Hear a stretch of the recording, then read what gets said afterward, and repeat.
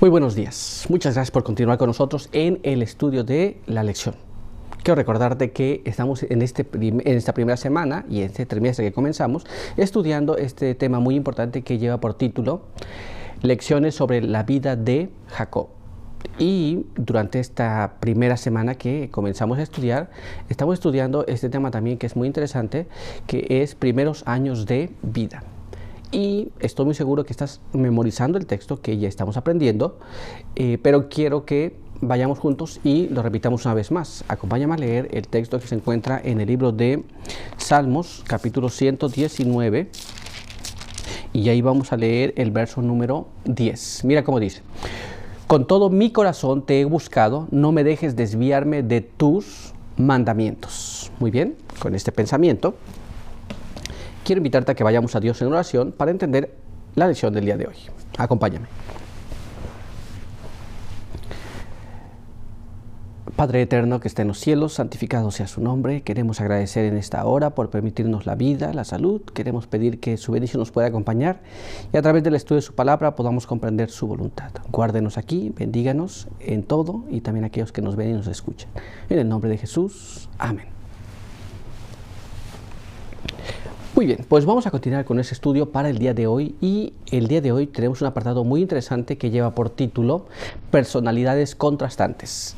Y nuestra primera pregunta nos dice de la siguiente manera: ¿qué hizo el mellizo menor al nacer? Muy bien, ¿qué pasó con este? Recuerda que había dos seres creciendo dentro del vientre de la madre de Rebeca, y ya se había dicho lo que iba a pasar con ellos, pero ¿qué es lo que hace el mellizo menor?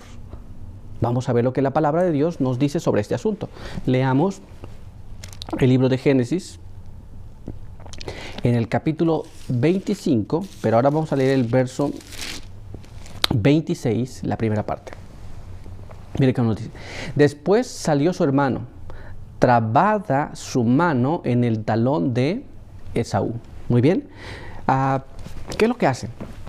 Recuerda que ellos tenían una lucha interna. Cuando nacieran y fueran grandes y tuvieran descendencia, iban a ser dos naciones que iban a estar en pugna siempre. Muy bien. Pero cuando nace el segundo mellizo, su mano estaba trabada del talón de su hermano mayor. ¿Se da cuenta? Ahora ya sabemos lo que pasó, qué es lo que hizo este mellizo menor. Así que vamos a ir a nuestra siguiente pregunta. Nuestra siguiente pregunta nos dice así: describe el carácter del mellizo menor. ¿Cómo era el mellizo menor? ¿Cómo se comportaba? Ya vimos al mayor el día de ayer. Hoy vamos a ver cómo se comportaba el menor. Pero para esto vamos a ir a la palabra de Dios y vamos a leer el texto que se encuentra en Génesis capítulo 25. Y ahí vamos a leer el verso 27 en la segunda parte. Pero Jacob fue varón quieto, que prefería quedar en las tiendas. Muy bien. Mira, a uno le gustaba andar en el campo, cazando. El otro era quieto, le gustaba quedarse en las tiendas. Muy bien. Esto lo leemos ahí, el contraste que había entre uno y el otro. Muy bien. Pero vamos a ir un poquito más allá y veamos lo que nos dice el Espíritu de Profecía en este material que se llama Patriarcas y Profetas, página 175. Jacob, reflexivo, aplicado y cuidadoso, pensando siempre más en el porvenir que en el presente, se conformaba con vivir en casa, ocupado en cuidar los rebaños y en labrar la tierra. Muy bien. Entonces su carácter era totalmente diferente al otro. El otro le gustaba andar allá y cazando y andaba fuera. El otro se quedaba en casa, cumplía los deberes de la casa y cuidaba el rebaño, cuidaba de la tierra, pero siempre en las tiendas. Muy bien. Ahora continuemos entonces y veamos nuestra siguiente pregunta. Nuestra siguiente pregunta nos dice así: ¿cómo se relacionaron los padres con sus dos hijos? Muy bien, entonces había un contraste en carácter, en formas, en lo que hacían. ¿Y cuál fue la relación que cada padre tuvo con cada uno de sus hijos? Vamos a ver qué es lo que nos dice la palabra de Dios en relación a este asunto. Acompáñame a leer entonces el párrafo que se encuentra en el libro de Génesis, capítulo 25, y ahí vamos a leer el verso 28. Mire cómo dice: e Isaac amó a Esaú porque le gustaba comer de su casa, pero Rebeca amaba a Jacob. Muy bien. Vemos aquí que esta relación se complicó. ¿Por qué? Uno amaba más a uno, el otro amaba más al otro. Muy bien. y nos da las razones por las cuales se amaba uno al otro. Así que este es el tipo de relación que llevaban los padres. Veamos qué es lo que nos dice la pluma inspirada sobre este asunto. Patriarcas y Profetas, página 175, nos dice así: contrario a toda restricción, Esaú se deleitaba en la libertad montaraz de la caza y desde joven eligió la vida de cazador. Sin embargo, era el hijo favorito de su padre. El pastor tranquilo y pacífico se sintió atraído por la osadía y la fuerza de su hijo mayor, que corría sin temor por montes y desiertos y volvía con caza para su padre y con relatos palpitantes de su vida aventurera. ¿Nos damos cuenta? Entonces el padre se quedaba muy contento con lo que hacía Esaú. Y él siempre pues, le gustaba escuchar sus relatos de lo que pasaba mientras iba a buscar la caza. ¿Se da cuenta? Ahora veamos qué más nos dice la pluma inspirada sobre este asunto. Leamos lo que nos dice aquí. Su perseverancia paciente, su economía y previsión, esto es de Jacob, eran apreciadas por su madre. Sus afectos eran profundos y fuertes, y sus gentiles e infatigables atenciones contribuían mucho más a su felicidad que la amabilidad bulliciosa y ocasional de Esaú. Pero para Rebeca, Jacob era el hijo predilecto. Muy bien. Así que entonces había esta diferencia en el hogar. Mientras el padre tenía más cariño por Esaú, Rebeca tenía más cariño por Jacob. ¿Nos damos cuenta? No es que se portaran mal, pero uno disfrutaba más del otro. Pero el párrafo no concluye allí. Veamos lo que nos dice un poco más. Leamos este párrafo.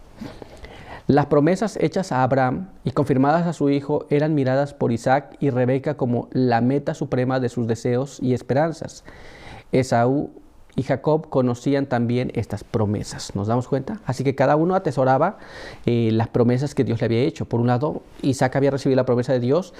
Rebeca había escuchado lo que le había hablado, el mayor iba a servir al menor, y cada uno atesoraba sus propias formas de ver las cosas. Muy bien, así que continuemos y veamos nuestra siguiente pregunta. ¿Por qué el orden del nacimiento era tan importante en la antigüedad? ¿Por qué había una importancia sobre este asunto? Hoy día parece que la gente no se importa más, pero en la antigüedad había cierta importancia. ¿Por qué era tan importante? Leamos lo que la palabra de Dios nos dice en este asunto. Vamos a ver lo que nos dice el libro de Éxodo, capítulo 13, y ahí vamos a leer el verso número 12. Y dice así: dedicaréis al Señor todo primogénito, y también todo primerizo macho de vuestros animales será del Eterno. Muy bien, la palabra de Dios dice que se iba a dedicar todo el primogénito.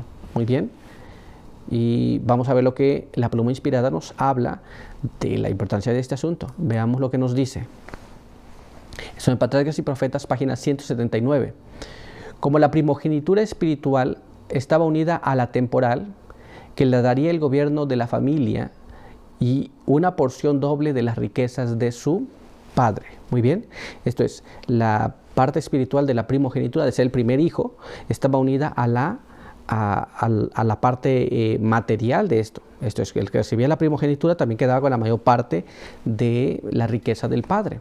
Entonces era importante para algunos la riqueza temporal y no la riqueza espiritual.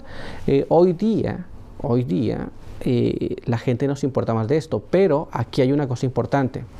El que recibía la riqueza espiritual recibía cómo llevar adelante ese conocimiento que él iba a pasar a sus descendientes, pero también una porción de la riqueza material. Pero viendo el carácter de estos dos hijos, recuerde que uno se interesaba no en lo que vendría después, él se interesaba en lo que podía ver, lo que podía tocar, en lo temporal. Muy bien, entonces esta es la importancia de la primogenitura, ¿no? No hay una responsabilidad apenas en el aspecto material, pero había una responsabilidad en el aspecto espiritual.